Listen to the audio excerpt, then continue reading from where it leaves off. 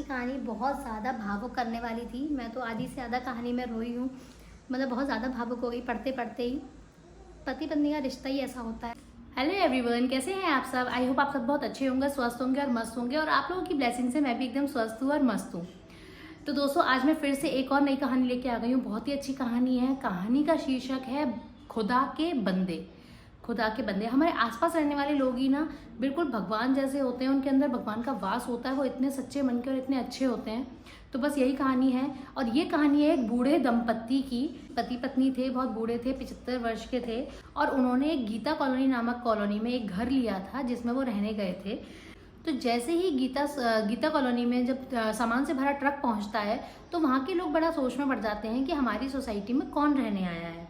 पर जैसे ही लोग सोच रहे थे कि हमारी सोसाइटी में कौन रहने आया है, वैसे ही उस सामान के ट्रक के साथ एक टैक्सी भी आकर रुकती है। उस टैक्सी में से वह बूढ़े दंपत्ति बाहर निकलते हैं। दोनों ही बहुत वृद्ध थे और उन दोनों के चेहरे से ईश्वरीय नूर टपक रहा था। उनको देखकर ऐसा आभास हो रहा था जैसे वो वृद्ध दंपत्ति ईश्वर के कोई खास बंदे हों। उन्होंने गीता सोसाइटी में तीसरी मंजिल पर एक घर लिया था। गीता सोसाइटी के बहुत से लोग उस समय सोसाइटी के आंगन में ही खड़े थे। उस बुजुर्ग दंपत्ति ने बहुत आत्मीयता से सबको अपना परिचय दिया था। उनका नाम मीरा महिपाल और जयराम महिपाल था। गीता सोसाइटी के अधिकतर लोग बहुत शिक्षित थे और अच्छे स्वभाव के थे। सब लोगों ने देखा कि उनकी टैक्सी में सामान कुछ अधिक है, तो यह देखकर वहां पर खड़े सब लोग उनकी सहायता करने लगे थे, क्योंकि उन्हें लग रहा था कि वह सामान उन वृद्ध दंपत्ति के लिए कुछ अधिक भारी था। उस पर सोसाइटी के सब लोगों के ने आगे बढ़कर उनका स्वागत किया था और उनके सामान को उनके फ्लैट तक ले जाने में उनकी सहायता की थी। सहायता करने के इस परोपकारी कार्य में गीता सोसाइटी का वॉचमैन बहादुर भी उनकी मदद कर रहा था। कुछ दिनों में ही वह वृद्ध दंपत्ति अपने दयालु और सरल स्वभाव से सोसाइटी के हर सदस्य के चहेते बनते गए थे। उस वृद्ध दंपत्ति को घर में काम करने के लिए नंदा नाम की एक अच्छी औरत भी मिल गई थी, जो उन्हें खाना बनाकर खिलाती थी और उनकी अच्छी तरह से देखभाल करती थी। मीरा जी और जयराम जी बहुत सरल स्वभाव के थे और सुबह शाम पूजा पाठ करना उनका नियम था। और वो दोनों वृद्ध मिलकर प्रतिदिन रामायण का पाठ करते थे। मीरा जी की तबीयत कुछ अच्छी नहीं रहती थी। एक तो उनकी वृद्ध अवस्था थी और दूसरा उन्हें चलने में भी थोड़ी कठिनाई होती थी। मीरा जी अधिकतर बिस्तर पर ही लेटी रहती थीं और कभी कभी वह बहुत प्रेम से जयराम जी से आग्रह करती थी कि वह उन्हें रामायण का वह अध्याय पढ़कर सुनाएं। और जयराम जी जब रामायण का वह अध्याय अपनी सुंदर बुलंद आवाज में पढ़ते थे तो जैसे वहां पर साक्षात भगवान उपस्थित हो जाते थे। जयराम जी रामायण की इतनी सुंदर व्याख्या करते थे कि जैसे उनके कंठ में खुद भगवान का वास था। उनके कंठ से निकले मीठे स्वर सब सुनने वालों का दिल जीत लेते थे। रसोई घर में खाना बनाती हुई नंदाबाई का ध्यान भी रामायण के पाठ में लगा रहता था और वो देखती थी कि मीरा जी कितने प्रेम से आंखें मूंदे रामायण का पाठ सुन रही होती थी। जयराम जी का उच्चारण सुनने में इतना मधुर लगता था कि जिसके भी कानों में उनकी मधुर आवाज सुनाई देती थी, वो मंत्रमुग्ध सा उनकी मीठी वाणी सुनने में खो जाता था। मीरा जी और जयराम जी का उस सोसाइटी में आगमन गीता सोसाइटी के लोगों के लिए एक सुंदर घटना थी। जब भी जयराम जी अपनी मधुर और बुलंद आवाज में रामायण का पाठ करते थे, उस मीठी वाणी को सुनकर सोसाइटी के लगभग सभी घरों की खिड़कियां खुलने लगती थीं और आसपास के घरों में चलते हुए टीवी सेट धीरे धीरे बंद होने लगते थे। लगभग सारी सोसाइटी के लोग जयराम जी की मधुर आवाज में रामायण का पाठ सुन रहे होते थे और यह बात सच थी कि रामायण के पाठ के वह स्वर इतने मीठे थे कि सुनने वाले के सीधा दिल में उतर जाते थे। उस सोसाइटी के आसपास रहने वाले सब लोग रामायण के उस मधुर पाठ को सुनते और आंखें बंद करके लीन हो जाते। उस सोसाइटी के कुछ दंपत्ति मीरा जी और जयराम के जैसे दीवाने हो गए। रामायण का पाठ सुनने की वजह से सोसाइटी के लोगों की मीरा जी और जयराम जी से मुलाकात होने लगी और धीरे धीरे रिश्तों की यह कस्तूरी जैसी महक सारी सोसाइटी में फैलने लगी थी। अपनत्व और प्रेम के रहते कभी मीरा जी अचार बनाकर अपनी बहुओं बेटियों को भेजती थी, तो कभी आसपास के घरों में इडली, कॉफी, पराठे, सांभर, कांदे पोहे बनाकर उनके घर पर आते थे।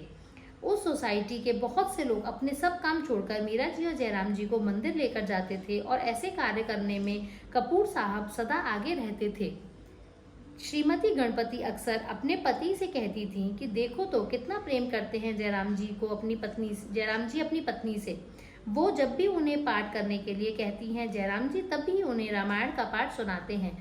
तब श्रीमती गणपति के पति उन्हें कहते थे, हाँ यह बात तो सच है, गीता सोसाइटी में रहने वाले एक बंगाली दंपत्ति भी कुछ ऐसे ही थे। वह अक्सर अपने घर पर संगीत सुन रहे होते थे, पर जैसे ही जयराम जी रामायण का पाठ शुरू करते थे वो अपना संगीत छोड़कर उनका रामायण का पाठ सुनने में ध्यानमग्न हो जाते थे। श्रीमती घोष अपने पति की अक्सर यह कहती थीं, कितनी मधुर आवाज है जयराम जी की और कितनी सुंदर जोड़ी है, लगता है जैसे इन दोनों की जोड़ी को ईश्वर ने खुद अपने हाथों से बनाया है। और उनके पति भी अपनी पत्नी की कही बात में हामी भरते थे और कहते थे, हाँ ये बात तो सच है। उस सोसाइटी में अचानक प्रेम के उफान उठने लगे थे और लोगों में सो रही ईश्वर के प्रति श्रद्धा फिर से जागने लगी थी। सोसाइटी के कितने नवविवाहित जोड़े मीरा जी और जयराम जी से आशीर्वाद लेने आते थे, पर उन सबसे अलग एक लड़का राजू भी था जो कभी कभी जयराम जी के घर का सामान बाजार से लेकर आता था और कहने को तो वो उनकी सहायता करता था, पर हर सामान की खरीद में वो पैसों की हेराफेरी करता था। वो इस बात का फायदा उठाता था और वो इस बात को बहुत अच्छी तरह से जानता था कि यह बुजुर्ग लोग अपना सामान लेने खुद बाजार नहीं जा सकते थे। राजू की जुबान में जैसे शहद घुला था और जयराम जी और मीरा जी उसे देखकर मुस्कुरा भर देते थे। भीतर से वो राजू की हुई चालाकी बहुत अच्छी तरह से जानते थे और समझते थे, पर फिर भी अनजान बने रहते थे। मीरा जी और जयराम जी की यह विशेषता थी कि वो कभी भी किसी से नाराज नहीं होते थे। शायद दोनों इस बात को बहुत अच्छी तरह से जानते थे कि अब उनकी जिंदगी में थोड़े ही दिन बचे थे और वो दोनों जिंदगी की गहमागहमी को पीछे छोड़कर सुख की तलाश में जिंदगी में बहुत आगे बढ़ चुके थे। इसी तरह दिन बीतते गए, पर एक दिन मीरा जी को देर रात अस्पताल ले जाना पड़ा। शायद उन्हें लकवे का अटैक आया था और मौके की नज़ाकत को समझकर कपूर साहब ने अनफन में अपनी कार निकाली और सोसाइटी के बहुत से लोगों को साथ लेकर अस्पताल पहुंचे। जयराम जी मीरा जी की हालत देखकर बहुत फिक्रमंद थे। देर रात 2 बजे डॉक्टर ने सब उपस्थित लोगों को बताया कि अब मीरा जी खतरे से बाहर हैं, पर साथ ही एक बुरी खबर भी सुना दी कि मीरा जी अब कभी चल नहीं पाएंगी, क्योंकि शायद लकवे के इस अटैक से उनकी पहले से भी कमजोर टांगें अब और भी कमजोर हो चुकी थी। जयराम जी के लिए यह बहुत कठिन समय था, पर जयराम जी के चेहरे पर यह सोचकर संतोष था कि मीरा जी जैसी भी थीं, पर इस समय सही सलामत उनके सामने थी और इस बात से जयराम जी संतुष्ट थे। जयराम जी मीरा जी के निकट ही बैठे थे। मीरा जी अब तक होश में आ चुकी थी और उनके चेहरे पर शुक्राना के भाव थे और वो सोसाइटी के सब लोगों को हाथ जोड़कर धन्यवाद कर रही थी। यह देखकर सोसाइटी के लगभग सब लोगों की आंखें भर आई थी। यह प्रेम के बहुत अनूठे पल थे। यह लम्हे कुछ ऐसे थे जैसे रात के सन्नाटे में ईश्वर की रोशनी जगमगाई थी, जिससे सबके हृदय में ईश्वरीय प्रकाश हो गया था। कुछ दंपत्ति मीरा जी को दिलासा देते हुए यह कह रहे थे, मीरा जी आप चिंता मत कीजिए, आप जहाँ जाना चाहेंगी हम आपको वहाँ अपने हाथों से उठाकर ले जाएंगे। सोसाइटी के सब लोग उन्हें हिम्मत दे रहे थे और मीरा जी और जयराम जी जानते थे कि सोसाइटी के सब लोग उन्हें दिल से प्यार करते थे, उन्हें बहुत चाहते थे। सोसाइटी के वॉचमैन बहादुर ने भी उनकी बहुत सहायता की थी, उन्हें उठाकर गाड़ी में डालने से लेकर अस्पताल तक ले जाने में, और वो इस दुखद घटना से बहुत दुखी था। गए वर्षों में ना जाने कितनी ही बार जयराम जी और मीरा जी ने उसे सुंदर कपड़े दिए थे और बहादुर इस बात को बहुत अच्छी तरह से जानता था कि मीरा जी और जयराम जी उससे बहुत स्नेह रखते थे। मीरा जी आए दिन उसे गर्म भोजन भेज देती थी। वो जानती थी कि कड़ी धूप में एक ही जगह पर बैठे रहना कितना कठिन कार्य है। बहादुर भी मीरा जी और जयराम जी को अपने माता पिता समान समझता था। वो उनसे अपने दिल की बातें करना चाहता था, पर वो इस बात को भी जानता था कि वो इस सोसाइटी का एक मामूली सा वॉचमैन है। पर वो इस बात से अनभिज्ञ था कि मीरा जी और जयराम जी अपने दिल में छोटे बड़े का कोई भेदभाव नहीं रखते थे। उनके लिए सब इंसान एक समान थे। बहादुर बहुत कठिन परिस्थितियों में उस शहर में आया था। गांव में उसकी मंगनी टूट गई थी और वो इस बात से नाराज होकर शहर चला आया था। वो एक गरीब आदमी था और उस अजनबी शहर में उसके दिल की बात सुनने वाला कोई भी नहीं था, इसलिए अधिकतर वो खामोश ही रहता था। पर मीरा जी और जयराम जी ने उसके दिल की धड़कन को पहचाना था और उसकी आंखों की खामोशी को समझा था। और जब से मीरा जी जयराम जी उस सोसाइटी में रहने के लिए आए थे, बहादुर खुश रहने लगा था। यह उनके बीच मौन प्रेम के आदान प्रदान का नतीजा था। अस्पताल से सही सलामत घर पर आने के बाद बहुत दिन सुख शांति से बीत गए और मीरा जी और जयराम जी का रामायण का पाठ का खूबसूरत दौर चलता रहा। पर आज मीरा जी की तबीयत कुछ ठीक नहीं थी। मीरा जी ने देखा कि उस पल जयराम जी सो रहे थे, इसलिए मीरा जी ने अपने पति को परेशान करना उचित नहीं समझा था। पर जैसे ही जयराम जी की आंख खुली तब मीरा जी उनसे अनुरोध किया कि वो उन्हें रामायण का भरत मिलाप वाला अध्याय सुनाएं। तब जयराम जी ने रामायण की पुस्तक को प्रणाम करने के बाद पुस्तक में से वह अध्याय खोला और जहां मीरा जी लेटी हुई थी वहीं उनके पैरों के निकट कुर्सी डालकर बैठ गए और अपनी सुंदर और बुलंद आवाज में रामायण का पाठ करने लगे। जयराम जी की मधुर आवाज को सुनकर धीरे धीरे सोसाइटी के बहुत से लोग उनके घर में आने लगे थे और वो सब लोग घर के एक कोने में चुपचाप जमीन पर बैठ गए थे। मीरा जी और जयराम जी ने देखा कि उनके घर पर सोसाइटी के बहुत से लोग एकत्रित हो गए थे और सब लोग बहुत शांति से रामायण का पाठ सुन रहे थे। यह देखकर वह दोनों मंद मंद मुस्कुराने लगे। तब मीरा जी और जयराम जी को सोसाइटी के सब सदस्य अपने परिवार की भांति लगने लगे थे।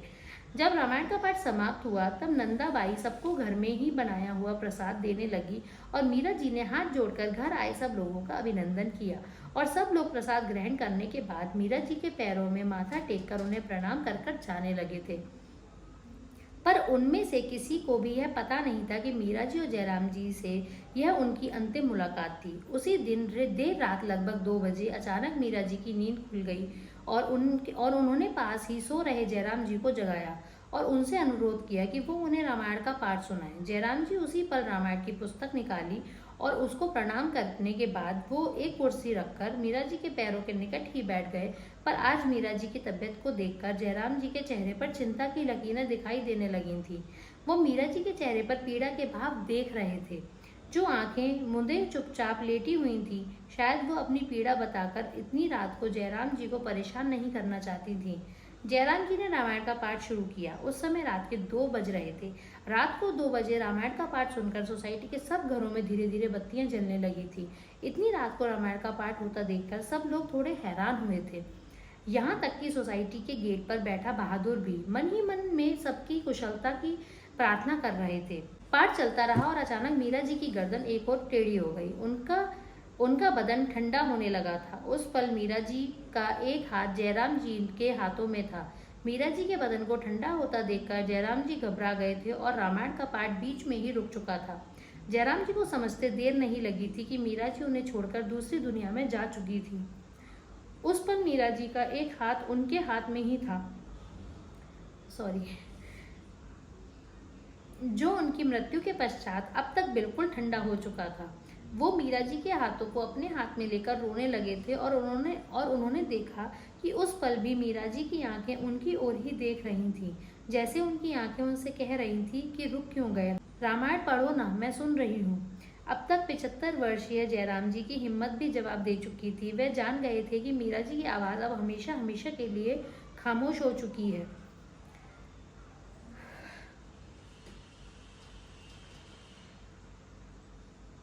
मीरा जी का अस्तित्व समाप्त हो चुका है। अब उन्हें कोई भी यह नहीं कहेगा कि जयराम जी मुझे रामायण का वह वाला अध्याय सुनाइए। जयराम जी की निगाहें अचानक मीरा जी के हाथों पर पड़ी और उन्हें देखकर उन्हें ऐसा अनुभव हुआ जैसे उन अंतिम लम्हों में मीरा जी उनका वह हाथ छोड़ना नहीं चाह रही थी और वह इतने भावुकता भरे पल थे कि जयराम जी उसी पल टूट कर बिखर गए। वो मीरा जी के आकस्मिक निधन को सह नहीं पाए थे और मीरा जी के हाथों को अपने हाथों में पकड़े पकड़े ही उनकी पकड़ भी धीरे धीरे ढीली पड़ने लगी थी और मीरा जी का हाथ अपने हाथों में पकड़े पकड़े ही उन्होंने भी अपने प्राण उसी पल त्याग दिए थे। उस समय सुबह के 6 बजने को थे। रामायण का पाठ रुकते ही कुछ लोगों का माथा ठनका था, पर सब लोगों ने सोचा कि शायद मीरा जी सो गई होंगी, इसलिए जयराम जी ने रामायण का पाठ बंद कर दिया होगा। आखिर वे दोनों थे तो बूढ़े ही, शायद उनकी आंख लग गई होगी।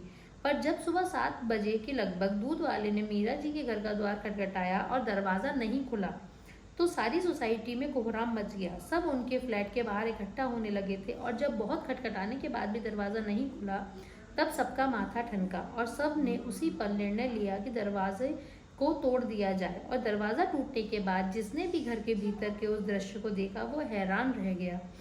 उन्होंने देखा कि मीरा जी के हाथों में जयराम जी का हाथ था और मीरा जी के पैरों में जयराम जी का सिर रखा हुआ था और दोनों ने उसी मुद्रा में अपने प्राण त्याग दिए थे।